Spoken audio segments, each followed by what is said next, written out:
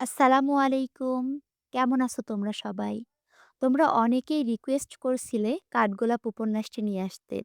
তো আমি ১ম এ বুঝতেই পারতাম না যে কাঠগোলাপ কোনটার কথা বলছে। কাঠগোলাপ নামে অনেকগুলো উপন্যাস আছে। তারপরে জানলাম ইমরান হোসাইন আদিবের লিখা একটা বইয়ের কথা বলছো তোমরা। কিন্তু তোমাদেরকে জানাই রাখি এটা কোনো উপন্যাস নয়, বুঝছো?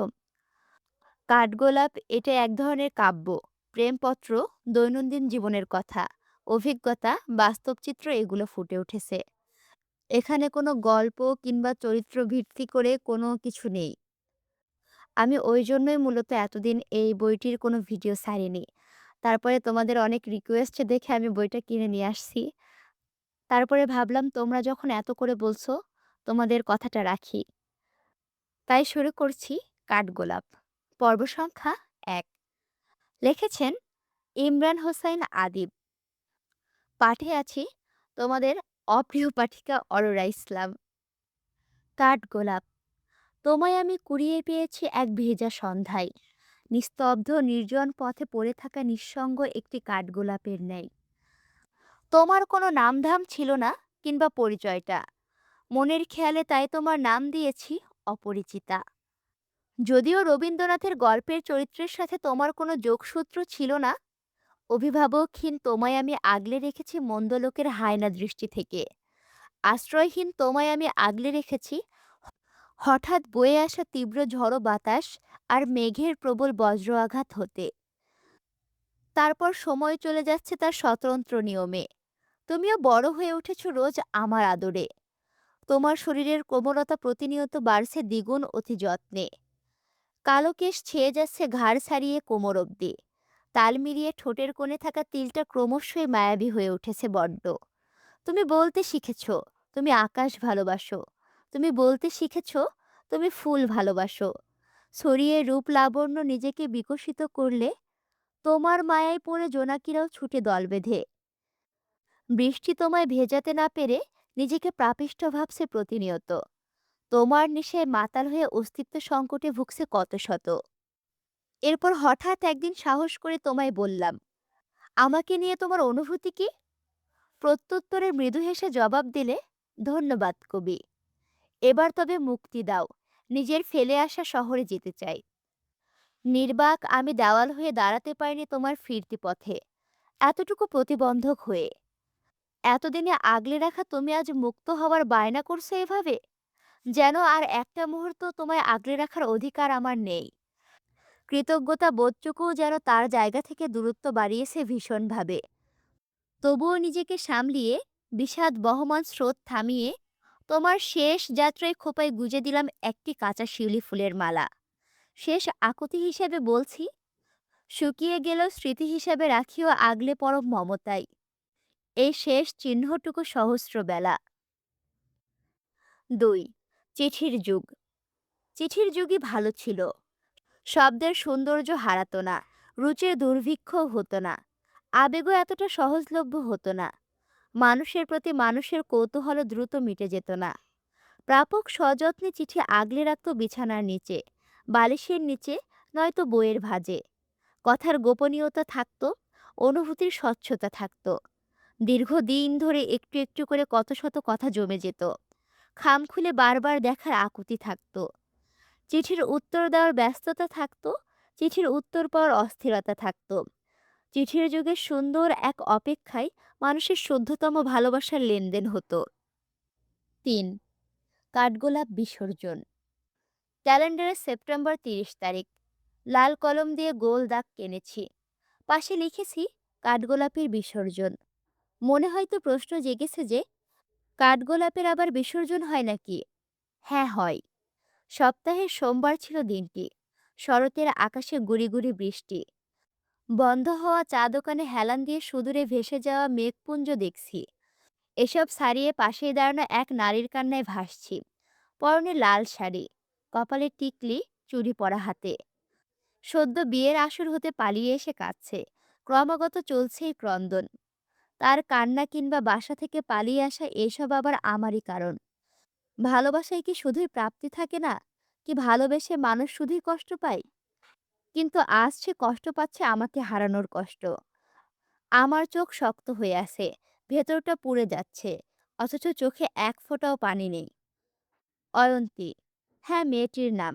সে হয়তো আমার দিকে তাকিয়ে ভাবছে, কেমন প্রেমিক আমি, প্রেমিকাকে হারানোর শোকে যার এতটুকু দুঃখবোধ নেই। পুরুষকে সবাই কঠিন বলেই জানে, আজ না হয় আরেকটু জানুক। বৃষ্টি থামলে রিকশা ডেকে দুজনে উঠলাম। কতটা কাছাকাছি দুজনে! এভাবে কতদিন মোরা গা ঘেঁষে বসেছি হাতের ভাঁজে হাত শক্ত করে গুজে। আর আজ এত কাছে থেকেও কতটা দূরে!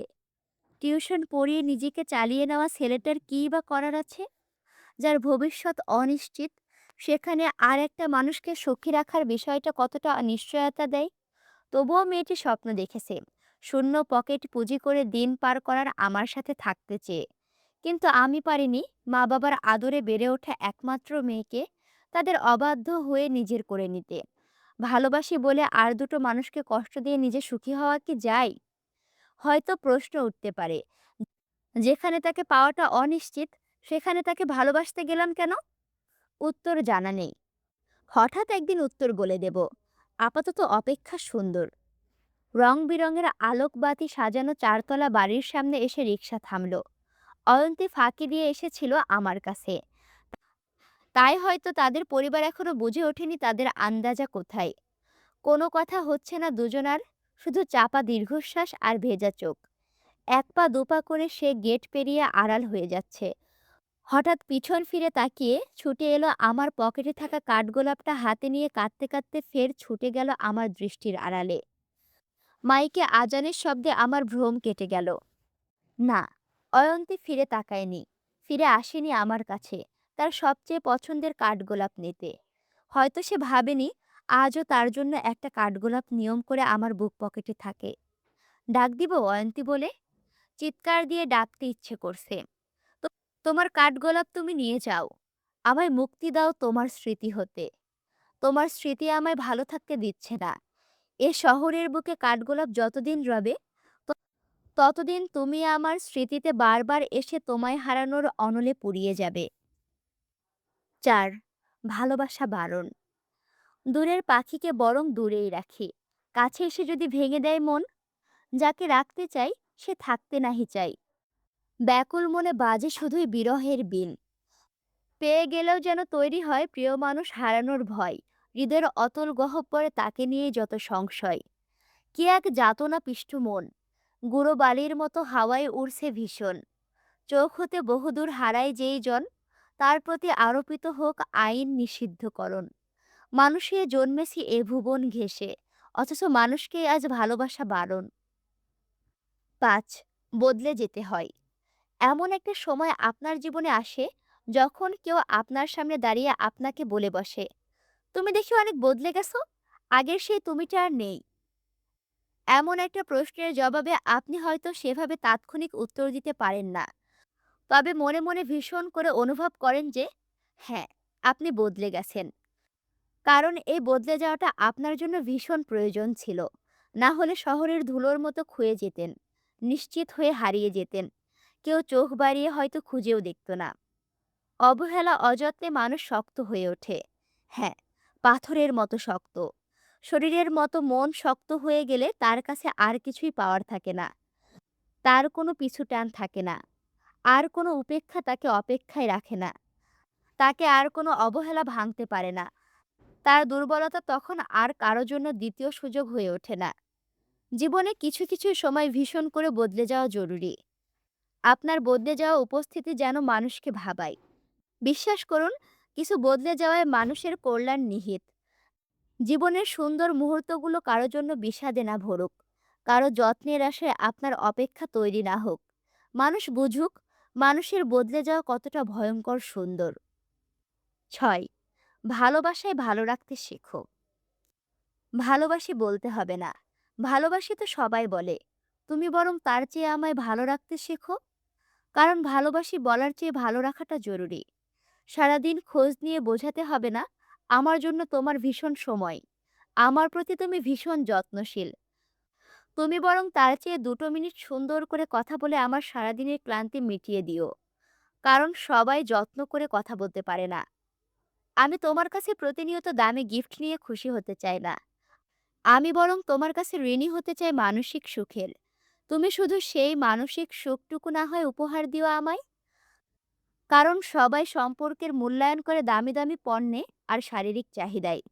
এসবের আড়ালে থাকা মানসিক সুখের অভাব কজনই বা বোঝে? আমি আছি, সবসময় থাকবো, এমন মুখরোচক শব্দে আমায় আশ্বস্ত করার সস্তা কৌশল অবলম্বন করতে হবে না। তুমি বরং আমায় আয়ত্ত করে নিও তোমার মাঝে। কারণ মানুষের মুখের কথা সবসময় তো তার মনের কথা হয় না। পারবে তো? পারলে বরং ভালোবেসো। মিথ্যে ভালোবাসায় জড়িয়ে অযথা কলঙ্ক রটিও না। ৭. কাঠগোলাপ সমীপে। প্রিয় ফুল কাঠগোলাপ, তোমায় নিয়ে লিখছি। তোমায় নিয়ে লিখতে গিয়ে গভীর সুখে ডুবছি। তোমায় আমি টানছি মানুষের ভাজে ভাজে। তোমায় আমি এনেছি সকাল সন্ধ্যা সাজে। প্রিয় কাঠগোলাপ, তোমায় নিয়ে বলছি। তোমায় আমি গুজেছি প্রেয়সীর খোপার ভাজে। তোমায় নিয়ে মজেছে নারী মায়াভরা লাজে। তোমায় নিয়ে দেখো সবাই উল্লাসে মাতে রোজ। তোমার নামে আসুক আবার কালজয়ী বিপ্লব। ৮. জীবনে বরং কম মানুষ হোক। পরিচিত মানুষের সংখ্যা বেড়ে গেলে মানুষ অসুখী হয়। একটু ভালো পরিচয় অপর মানুষটার প্রতি আমাদের প্রত্যাশা বাড়ায়। তা পূরণে একটু ব্যাঘাত ঘটলেই আমাদের আর ভালো থাকা হয় না। তার চেয়ে বরং জীবনে কম মানুষ হোক, তবে গুরুত্ব বাড়ুক। আমাদের আবার বড্ড এক গুরুতর অভিযোগ হচ্ছে যে আমার কোনো বন্ধু নেই, যাকে কিনা আমি আমার অধিকারে পাই, কিংবা আঙুল উঁচিয়ে দেখার মতো বন্ধু আমার ঝুলিতে নেই। কিন্তু বিষয় হচ্ছে, দিন শেষে আমরা তাদের কাছে বন্ধুত্বের দাবি নিয়ে ঘেঁষতে চাই, যাদের কাছে আমরা উপেক্ষিত। অথচ যে আমাকে বন্ধু হিসেবে চাই, তাকে আমি আবার আমার সীমানায় অবহেলিত করি রোজ। বন্ধুত্ব কিংবা সম্পর্কের ক্ষেত্রে সবাই সবার পছন্দকে পুঁজি করে। তবে ব্যাপার হচ্ছে, আমি যেভাবে কাউকে চাই সেভাবে সে আমাকে ভাবে না বা ভাবতে পারে না। এটা তার মতো করে তার ব্যক্তিগত রুচিবোধ। ঠিক এমনটা করে আমি এটা কেন ভাবি না যে আমায় যে তার প্রিয়জন হিসেবে চাই, তাকেও তো আমি আমার নিজস্ব রুচি থেকে তার মতো করে তাকে গ্রহণ করি না। আমার তো তাকে ভালো নাও লাগতে পারে। আমার কাছে সে অবহেলিত। আমার যেমন তার প্রতি আগ্রহ নেই, তেমনভাবে আমার প্রতিও তো অন্য কারো আগ্রহ না থাকাটাই স্বাভাবিক। কিন্তু মানুষ নিজের অবস্থানটা দেখে না, শুধু দোষারোপ করে দায়ভার চাপায়। দোষী কেউ নয়। সবাই সবার আগ্রহ ও ভালো লাগার এক জটিল ব্যক্তিগত জালে বন্দী। কেউ কারো কাছে তার সবটা উৎসর্গ করেও প্রিয় হতে পারে না, আবার কেউ এইটুকুতেই ভীষণ কাছের হয়ে ওঠে। আমরা বরং অগাধ চাহিদা কমিয়ে যা জোটে তাতে অভ্যস্ত হয়ে বেঁচে থাকি। বেঁচে থাকতে এত চাহিদা পূরণ হওয়াটা জরুরি নয়। ৮. প্রেম ও প্রেমিক হোক শুদ্ধ। প্রেমিক রূপে উপস্থিত হওয়া শরীর পিপাসু পুরুষের দল শহরের কোলাহল হতে বিতাড়িত হোক। অধিকারের নামে অনধিকার চর্চায় দাপট দেখানো প্রিয় মানুষ হতে প্রিয় শব্দটা বরং কাটা পড়ুক। স্বার্থ পুষে কাছে আসা লোলুপ চাহিদার মানুষগুলোর ওপর জোরালো বিধিনিষেধ জারি হোক। বসন্তের ছায়ায় ভেসে আসা কালপিঠে এসব পুরুষের দৃষ্টি কেড়ে নিক। বিশ্বাসযোগ্য হয়ে ওঠার অভিনয়ে পরিপক্ক প্রেমিকের নামে বেঁচে খাওয়া পুরুষের অন্ন বন্ধ হোক ৩ বেলা। বিকৃত অনুভূতিতে ঠাসা পুরুষের নিউরনে জায়গা করে নিক অকথ্য ব্যথা সর্বক্ষণ। নারী মানেই ভোগ, এমন বাসনায় ছটফট করা লালসা জাগানো পুরুষের মন পুড়ে যাক আগুনের তপ্ত শিখায়। এক সময়ের সম্মান দেখানো চোখ যখন হয়ে ওঠে হিংস্র, সেই চোখে দৃষ্টি বরং ঝলসে যাক অন্ধত্ব উন্মাদনায়। প্রণয়ের আশ্রয়ে বেড়ে ওঠা বদনাম রটানো কালো ছায়াগুলো দমকা বাতাসে বিধ্বস্ত হোক শীঘ্রই। পৃথিবী আবার হয়ে উঠুক শুদ্ধ, সংক্রমিত হোক ভালোবাসা, ভালোবাসায় সিক্ত হোক মন। ১০. অ্যাসিড বৃষ্টি। তুমি বৃষ্টি ভালোবাসো, তাই বর্ষা মৌসুমের ৩০ দিনের বৃষ্টি ৩০টা কৌটায় ভরে আমি সযত্নে জমা করে রেখেছি আলমারির তাকে। নাম দিয়েছি অ্যাসিড বৃষ্টি, যেন কখনো কেউ ছুতে না চায়। তোমার পছন্দের তালিকায় থাকা আকাশের অবস্থানটাও ছিল বেশ ওপরে।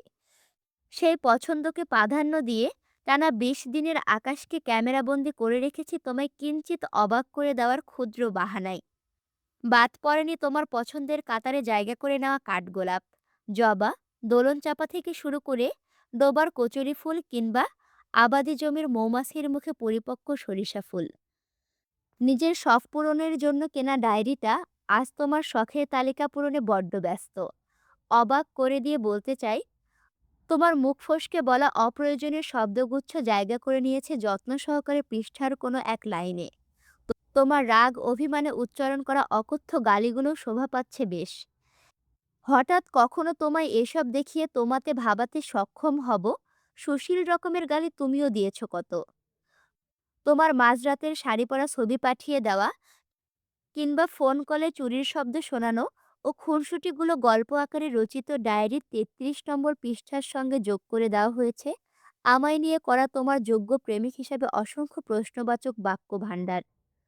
আমাদের প্রথম পরিচয়ের এব্র থিব্রময় অস্পষ্ট কথাগুলোকে ছাড় দেয়নি তোমার জন্য প্রাণবন্ত গোলাপ আনতে গিয়ে চুরির অপরাধে চোর তকমা লাগিয়ে বাগান মালিকের দৌড়ানি খাওয়ার স্মৃতি।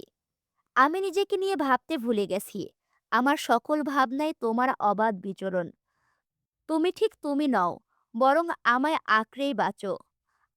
আমার অস্তিত্বের পুরোটাই না হয় তুমি তোমাকেই শুধু খোঁজো। গল্প নাম্বার ১১, প্রিয় সমীপে। ১১, প্রিয় সমীপে। তোমার নামে প্রথমে থামতে ইচ্ছে হচ্ছে, কি করব বলো। তোমার নাম ভাঙিয়ে কতজন কবি, গল্পকার, গীতিকার বনে যাচ্ছে। তুমি হয়ে উঠেছ তাদের লেখনীর মূল উপজীব্য ও প্রেরণা। এদিকে অসহায় আমি তোমায় কি না এক মুহূর্ত অনুভবের সাহসই পাই না। আমি বিশেষ কোনো গুণধর পুরুষ নই, আবার সুপুরুষও নই, তবে পুরুষ বটে। সৌন্দর্যের পূজারী বলে তোমায় নিয়ে আজ একটু একটু লেখার দুঃসাহস জুগিয়েছি। বেমানান লাগলে ফুল ভেবে ভুলগুলো না হয় নিঃশ্বাসের সাথে উড়িয়ে দিও বহু ক্রোশ দূরে। বলছি তোমায় নিয়ে, তোমার সেই সব মুগ্ধতা নিয়ে যা আমার দুচোখে চাতক পাখির মতো পালক জুড়ে ডানা ঝাপটায়। মধ্যরাতের ঘুমহীন নিদ্রার মূল দায়ভার নিঃসংকোচে তোমার ওপর চাপিয়ে দিলাম। তোমার চোখ দুইটাতে বিশেষত্ব কিছু নেই, এমনটা ভেবে একদিনও কাটাতে পারিনি। মাথা জুড়ে তোমার চোখ দুটোর মায়ে চেপে বসেছে। বারবার অনুশোচনায় ভুগতে বাধ্য হচ্ছে যে কেন ভেবেছি তোমার চোখ মায়াশূন্য। ওই চোখদ্বয়ের ওপরে ঠায় গোজা বাঁকানো ভুরু জোড়ায় গঙ্গার রূপ দেখেছি। আঁকাবাঁকা প্রবাহমান নদীর স্রোতস্বিনীর মতো বাহিয়েছে যেন সীমানা ছেড়ে বহুদূর। তোমার শাড়ির ভাঁজে খুঁজেছি আকাশের সব রং, বর্ষা, শরৎ কিংবা বসন্তের সব মানানসই রং তোমার শরীরে জাপটে তোমায় চেয়ে থাকে। তুমি সব রঙেই নিজেকে রাঙিয়ে সবকালেই করেছ রঙিন। কপালের ভাঁজে এঁটে থাকা টিপটা দেখে ঈর্ষা হয় খুব, জানো। ভাবি, যদি টিপটা হয়ে তোমায় শুয়ে থাকার সুযোগ পেতাম, হয়তো বিনা জবাবদিহিতায় থাকার সুযোগ হতো তখন এ জন্মে। পারছি না, হাত এগোচ্ছে না আর। না জানি তোমায় নিয়ে লিখতে বসে তোমার কোন মুগ্ধতাকে বাদ দিয়ে বসি। পরে না তোমার গুণকীর্তন মঞ্চে আমাকে অযোগ্য প্রমাণ করে দোষী সাব্যস্ত করা হয়। শেষ লিখনে লিখে যাচ্ছি, তুমি ঠিক তুমি নও। তুমি আমার সূর্য অস্তের শেষ গোধূলি। তুমি ঠিক তুমি নও। তুমি আমার নিঃশ্বাসের ভাঁজে জপা মাধবী। ১২, তুমি শান্ত হয়ে যাও। তুমি আমার পৃথিবী হয়ে যাও।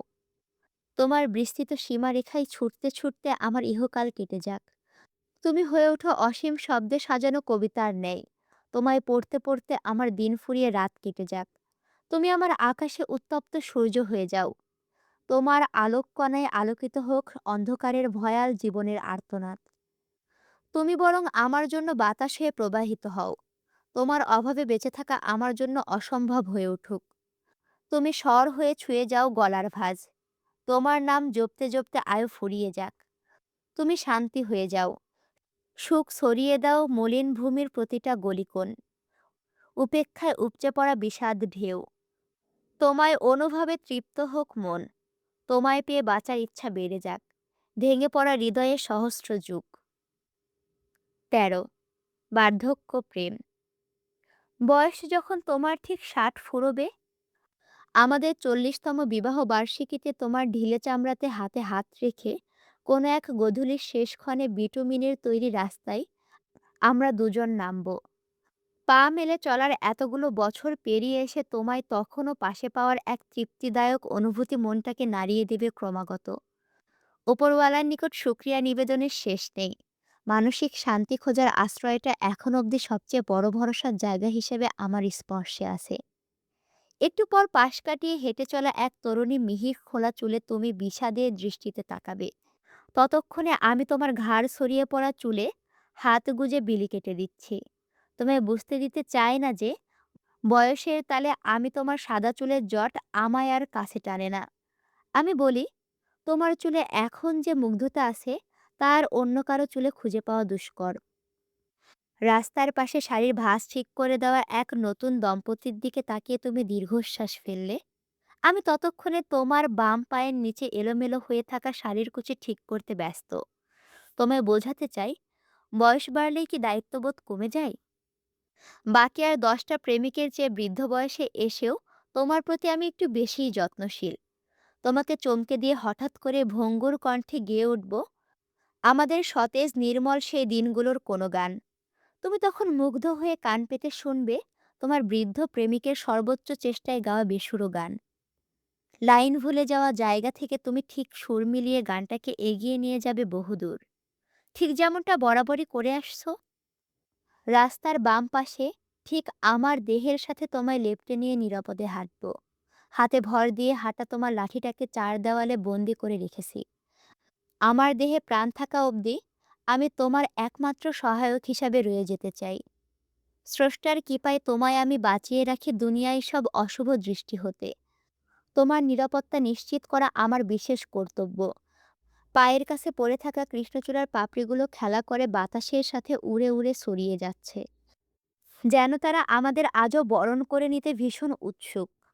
এভাবে দিনের সূর্য ধীরে ধীরে লুকাবে আকাশের কোনো এক চিরচেনা ভাঁজে। নেমে আসবে অন্ধকার। সন্ধ্যার চাদর ছেয়ে যাবে শহর জুড়ে। জোনাকির মিটমিট আলোর পিছু ছুটতে ছুটতে তোমায় নিয়ে নদীর পাড়ে ঘেঁষে দাঁড়িয়ে পিছনে ফেলে আসা জীবনের দিকে একবার ফিরে তাকাবো। বিশ্বাস, শ্রদ্ধা আর ভালোবাসার শিকলে বন্দি দুজন জীবনটাকে কত সুন্দর করেই না পেরিয়ে আসলাম। প্রাপ্তির ভিড়ে অপ্রাপ্তিদের আনাগোনা একদমই নেই বললেই চলে। ঘাড়ে মাথা রেখে তুমি আলতো করে বলে উঠবে, যাকে আঁকড়ে ইহকালটা কাটিয়ে দিলাম, পরকালেও যেন তার হাতটা আমার স্পর্শেই থাকে। আচ্ছা, পড়ার মধ্যে আমি একটা আমার নিজের কথা বলি। এই বার্ধক্য প্রেম, এই জিনিসটা আমার কাছে অনেক ভালো লাগছে।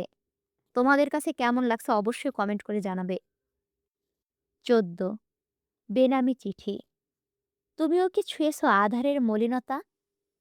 কি দারুণ শিশির ভেজা দুবা ঘাসের মতো সিক্ত দুচোখের পাতা। তুমিও কি জেনেছ সময়ের গা ঘেঁষে বদলেছে কত রং, বদলেছে শত ঢং, হয়েছে কত দূরত্ব, সহস্র মাইল ছেড়ে কত জনার। তুমিও কি দেখেছ আধবেলা ঘেঁষে ওপরের আকাশ রোদ্দুরে মেঘ ঠিক নীল আকাশে কিভাবে ভিড়ে যায়? তুমিও কি শুনেছ অপরিচিত কোনো কণ্ঠডাক, যে ভীষণ করে দিতে চাই শুদ্ধতায় ছাওয়া ভালোবাসার ঝাঁক? রেখেছ কি খোঁজ জানালা হতে দেখা দূরের ডানা ঝাপটানো শঙ্খ চিলটা হারিয়েছে হঠাৎ? রেখেছ কি খোঁজ পেয়ে বসা বকুলের ঘ্রাণ হারিয়েছে প্রাণ, জায়গা করে নিয়েছে ময়লার স্তূপে নিদারুণে অবিরত? পেয়েছ কি কোনো বেনামি চিঠি লিখেছে যে এমন কোনো প্রেরকের পরিচয়?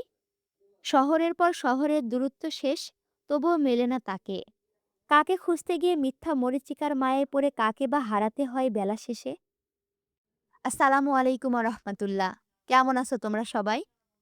আজকে কাঠগোলাপ বইটির প্রথম পর্ব দেওয়া হলো। কাঠগোলাপ বইটি আমি ৫টা পর্বে শেষ করতে চাচ্ছি। আর মাত্র ৪টা পর্ব বাকি রইল। তাই এর পরের পর্ব পেতে ভিডিওতে বেশি বেশি করে লাইক, কমেন্ট, শেয়ার করো। আর এখনও যদি আমার চ্যানেলটি সাবস্ক্রাইব করে না থাকো অবশ্যই সাবস্ক্রাইব করো। দেখা হচ্ছে পরবর্তী ভিডিওতে। বরাবরের মতোই আমি তোমাদের সাথে আছি, তোমাদের অপ্রিয় পাঠিকা অরোরা ইসলাম। আল্লাহ হাফেজ।